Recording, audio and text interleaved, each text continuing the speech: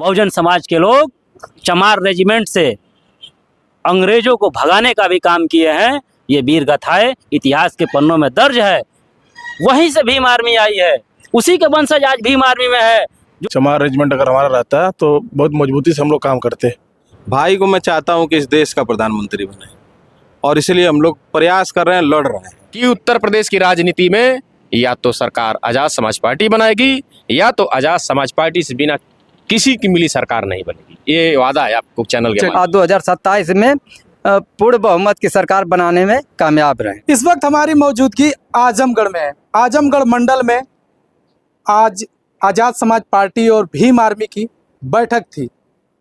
बैठक में आजमगढ़, मऊ, बलिया के आजाद समाज पार्टी के जिला अध्यक्ष यहाँ मौजूद है और भीम आर्मी के एडवोकेट मनोहर भारती जी भी है, मंडल सह संयोजक, और आजाद समाज पार्टी भीम आर्मी के तमाम पदाधिकारी यहाँ पर हैं।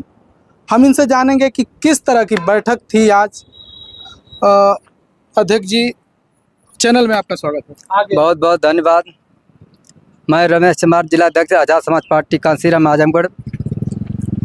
आज इस संवाद कार्यक्रम में सभी सेक्टर, बूथ, विधानसभा स्तर के पदाधिकारी उपस्थित रहे और बड़े उच्च पदाधिकारी, प्रदेश लेवल के प्रदेश कोषाध्यक्ष माननीय अमित गौतम साहब जी आज हम लोग को दिशा निर्देश दिए कि ज़िले में बूथ से लेकर, सेक्टर से लेकर आप लोग घर घर सदस्यता अभियान चलाने का काम करें और 2027 में पूर्ण बहुमत की सरकार बनाने में कामयाब रहें।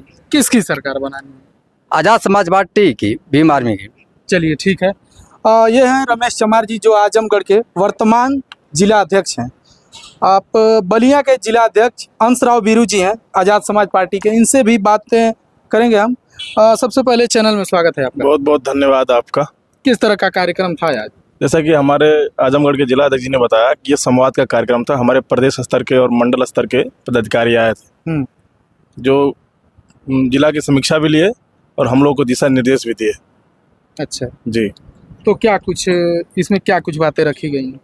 ये 2027 के चुनाव को लेकर, 2026 को चुनाव को लेकर ये मजबूती से आज़ाद समाज पार्टी काम करेगी और हर एक विधानसभा से एक एक प्रत्याशी जिताने का काम करेगी। जिला पंचायत भी प्रत्याशी जिताने का काम करेगी और मजबूती से काम करेगी आज़ाद समाज पार्टी। अच्छा, देखा जाए तो हाल ही में पहलगाम में जो हमला हुआ है, उसके बाद इधर से जो इंडियन आर्मी है, तमाम जो भी सेनाएं हैं, तीनों सेना के तरफ से तो जवाब दिया गया पाकिस्तान को। और कुछ समय पहले चंद्रशेखर आज़ाद जी ने संसद भवन में मुद्दा उठाया था, चमार रेजिमेंट की मांग किए थे। तो क्या आज जो मांग किए थे, क्या उसकी कमी खल रही है बहुजन समाज को कि नहीं? इनसे हम जानेंगे। जो जिस तरह से चंद्रशेखर आज़ाद जी ने चमार रेजिमेंट की मांग किए थे, तो क्या कुछ वो कमी आज खल रही है? बिल्कुल, क्यों नहीं कमी खल रही है। चमार रेजिमेंट अगर हमारा रहता है तो बहुत मजबूती से हम लोग काम करते। और हमारे समाज में लोग कहाँ उतना, हमारे समाज के लोग ना आर्मी में है, ना किसी सरकारी नौकरी में, बहुत कम हमारे समाज के लोग हैं। हमारे समाज के लोग रहते तो उतनी मजबूती से भी काम करते। जैसे भीम आर्मी और आज़ाद समाज पार्टी ये धरातल पे काम कर रही है, वैसे हमारे समाज की जो सेना में लोग रहते वो भी मजबूती से काम करते। हमारा सवाल ये है कि देखा जाए तो एक आज़ाद समाज पार्टी और भीम आर्मी का एक व्यक्ति पोस्ट किए थे कि भीम आर्मी को भेजा जाए बॉर्डर पे लड़ने के लिए। यही हमारा सवाल था। तो जैसे कि अगर लोगों का ये सवाल है, जैसे पोस्ट किया गया कि भीम आर्मी को भेजा जाए, ये हमारे राष्ट्रीय स्तर के नेता और राष्ट्रीय अध्यक्ष के ऊपर करता है कि आप उनका क्या निर्देश रहता है। अगर उनका निर्देश अगर भीम आर्मी को भेजना है तो भीम आर्मी जाने के लिए तैयार रहेगी और मजबूती से वहाँ भी लड़ाई लगी। जैसे ये अंदर से लड़ाई लड़ती है ना, भारत में अंदर से भी लड़ाई लड़ती है उनके खिलाफ। जो हमारे बहुजन समाज के लोग ऊपर अत्याचार करते हैं, उनके खिलाफ जो लड़ाई लड़ती है, वो बाहर अन्य देश जो हमारे भारत के ऊपर अत्याचार करते हैं उनके खिलाफ भी लड़ाई लड़ेगी। चलिए ठीक है। पंकज बौद्ध जी हैं, इनसे भी बातें करेंगे। जिस तरह से आज़ाद समाज पार्टी और भीम आर्मी के तमाम पदाधिकारी ये कहते हैं कि चंद्रशेखर आज़ाद जी 2027 में पूर्ण बहुमत की सरकार बनाने जा रहे हैं, हम लोग उनको मुख्यमंत्री बनाने जा रहे हैं उत्तर प्रदेश का, कितना सहमत है? देखिए, मुख्यमंत्री तो मैं बनाना बहुत ये नहीं करता, मैं भाई को चाहता हूँ प्रधानमंत्री बनाना, क्योंकि एक प्रदेश का मुख्यमंत्री बनने से बहुत बदलाव नहीं हो पाएगा। भाई को मैं चाहता हूँ कि इस देश का प्रधानमंत्री बने, और इसीलिए हम लोग प्रयास कर रहे हैं, लड़ रहे हैं। और फिर आपने जो कहा ना अभी कि आप जो है कि भीम आर्मी को आप लोग जो है चाहते हैं कि पाकिस्तान बॉर्डर पर लड़े, तो मैं बताऊं आपको कि हमारी टीम जो है ना, एक तरफ वो आतंकवाद से लड़ रहे हैं ना, तो हम जातंकवाद से लड़ रहे हैं। जो हमारी भीम आर्मी की टीम है, जो हमारे देश में जातंकवाद है, जो जातियों का आतंक है, जातिवादी आतंकी है, उससे हम लोग लड़ रहे हैं। और ये मैं आपको वादे के साथ कह रहा हूँ कि इससे छुटकारा हम लेकर रहेंगे।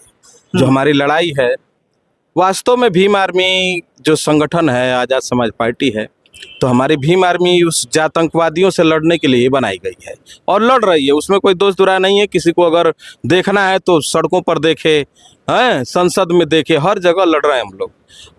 आने वाला समय भाई को हम लोग जो है चाहते हैं कि 27 में मुख्यमंत्री, तो मैं बार बार यही कहता हूं कि मैं मुख्यमंत्री का चेहरा नहीं देखना चाहता हूं, लेकिन अगर प्रदेश के लोग अगर जो चाहते होंगे सभी लोग, तो हम भी साथ हैं उनके, लेकिन मैं चाहता हूं कि भाई प्रधानमंत्री बने। चलिए ठीक है। एडवोकेट मनोहर भारती जी, क्या कुछ कहेंगे, कितना सहमत हैं आप इन लोगों की बातों से? मैं 100% सहमत हूँ।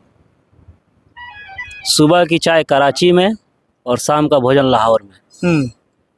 इस देश में भीम आर्मी जो है, इसके नाम में ही आर्मी है, और आर्मी को ये ज़रूरत नहीं होती है कि उसे भेजा जाए और नहीं भेजा जाए। जब भी इस देश को ज़रूरत पड़ी है, तब बहुजन समाज के लोग चमार रेजिमेंट से अंग्रेज़ों को भगाने का भी काम किए हैं। ये वीर गाथाएं इतिहास के पन्नों में दर्ज है। वहीं से भीम आर्मी आई है, उसी के वंशज आज भीम आर्मी में है, जो इस देश में बॉर्डरों पे भी बहुजन समाज के लोग अपनी काबिलियत से वर्तमान में जो पाकिस्तान से आतंकवादी आए थे उनको खदेड़ने का और मारने का काम किए। पहलगांव के जो हमला किए थे, जिसमें हमारे निर्दोष भाई शहीद हुए थे 26 लोग, उनका बदला मात्र 24 घंटे में इस देश की सेना ने कर दिया। और आप कह रहे हैं कि भीम आर्मी बॉर्डर पे जाएगी। भीम आर्मी बॉर्डर पे भी है और भीम आर्मी देश के अंदर भी है जी। यदि देश को जब भी जरूरत पड़ेगी, एक आवाज लगाना कि भीम आर्मी को अब जरूरत आ गई है बॉर्डर संभालने की, तो फिर मैंने बताया कि सुबह का चाय कराची में और शाम का भोजन लाहौर में होगा। अच्छा, एक सवाल और करेंगे। चंद्रशेखर आज़ाद जी का ही बयान था कि जिस तरह से लोग कह रहे थे कि वहाँ हिंदू धर्म देखकर मारा गया है, और यहाँ भारत में तो जाति पूछकर घोड़ी से उतारा जाता है, मूछे रखने पर मारा जाता है, उनका ये बयान था।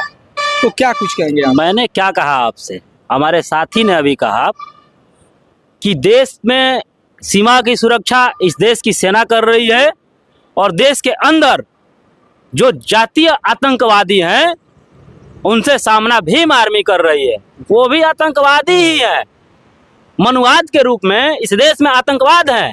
जो आतंकवाद जो फैला रहे हैं, उनसे भीम आर्मी, आज़ाद समाज पार्टी के लोग दिन रात सड़कों से लेकर के सदन तक उनसे लड़ रहे हैं, और लड़ करके उनका मुकाबला कर रहे हैं और उनको मुंहतोड़ जवाब भी दे रहे हैं। थोड़ा सा मैं बताऊं जी, वो लोग घुस करके 300 किलोमीटर आ करके हमारे यहाँ मारे, और हम लोगों की तकनीकी इतना बेहतर है कि ड्रोन से उतने अंदर जा करके हमने हमला किया है, और उनके कई ठिकानों को, जो आतंकवाद का काम करते हैं, उनके ठिकानों को हमने जो है धराशायी किया है। तो ये पाकिस्तान को समझ में आ गया है, और आने वाला समय, अभी तो विराम लग गया है और सरकार ने जो है आदेश कर दिया कि नहीं, यहाँ पर शांत किया जाए इस चीज़ को, नहीं तो ये वादा था कि पाकिस्तान समझ गया होता। चलिए ठीक है। मऊ जनपद के वर्तमान जिला अध्यक्ष हैं शिवाजी राव गौतम जी हैं। क्या कुछ कहेंगे? आपके नेता चंद्रशेखर आज़ाद का बयान आया है कि पाकिस्तान संभल जाओ, नहीं तो नक्शे से मिटा दिए जाओगे। क्या कुछ कहेंगे? जय भीम। आपके चैनल के माध्यम से मैं कहना चाहूँगा कि अब तक भाई ने जितना भी कमेंट किया है, चाहे वो सामाजिक आंदोलन हो, राजनीतिक आंदोलन हो, या कोई भी ऐसा आंदोलन हो, भाई ने अगर अपने जुबान से उस चीज़ को कहा है तो कहीं ना कहीं बहुत दूर तक सोचा है जी। तो पाकिस्तान को हम क्या नसीहत देंगे। अभी जल्दी ही उनको 2 दिन 3 दिन पहले आपने देखा होगा कि भारतीय सेना के जवानों ने, और उसमें भी एक बहुत बड़ी इंटरेस्टिंग बात है कि हमारे देश की महिलाएं आज इतनी सशक्त होती जा रही हैं दिन पर दिन। जो माता सावित्रीबाई फुले ने जो सपना देखा था, जो फातिमा शेख ने देखा था, वो सपना आज साकार होता जा रहा है। तो कहीं ना कहीं मैं तो यही कहूँगा कि अगर हमको इस वर्तमान समय में अपनी ज़िंदगी का जीवन यापन करना है तो हमको विज्ञानवादी बनना पड़ेगा, क्योंकि आज का जो आधुनिक युग है उसमें आपको अगर चलना है तो वैज्ञानिक सोच रखना पड़ेगा।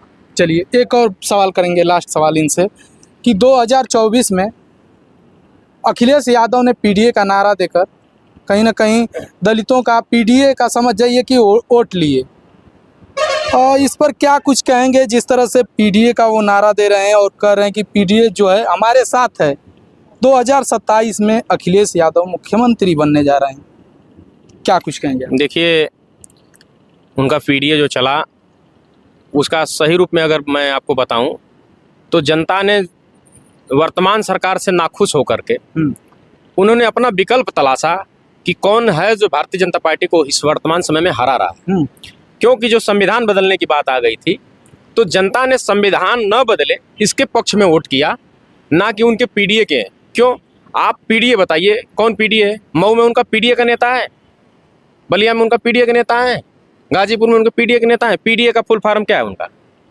भाई आपके हमारे बहुजन समाज के वोट से आपको अगर जो है ऊपर राजनीति तय कराना है, जिस समाज 2027 में बहुजन समाज किधर जा रहा है के लोग धीरे धीरे बात को समझ गए हैं और वो फिर से पुनः, मैं देख रहा हूँ लगातार जिस तरह आदरणीय चंद्रशेखर आजाद जी प्रबुद्ध जन सम्मेलन कर रहे हैं, काशीराम साहब की फार्मूले पर फिर से जनता खुद आ रही है। नेता तो आ ही रहे हैं, जनता आ रही है, और मैं विश्वास दिलाता हूं कि उत्तर प्रदेश की राजनीति में या तो सरकार आजाद समाज पार्टी बनाएगी या तो आजाद समाज पार्टी से बिना किसी की मिली सरकार नहीं बनेगी। ये वादा है आपको चैनल के माध्यम से। चलिए धन्यवाद।